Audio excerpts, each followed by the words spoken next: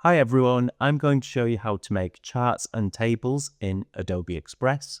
So first head over to Adobe Express and log in using your UE email address.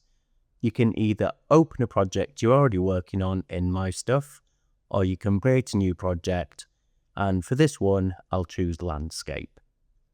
Now you're in your project, go to Charts and Grids on the left menu. So let's start with Charts. I'm just going to click View All to bring up the full selection, and I'll choose a simple progress donut chart.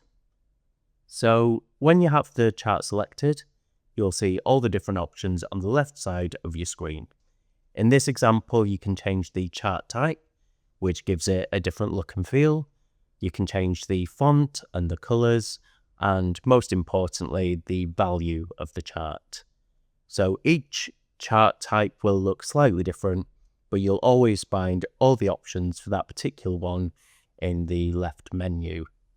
Next, let's look at tables. So go back to Charts and Grids, and this time I'll select Tables.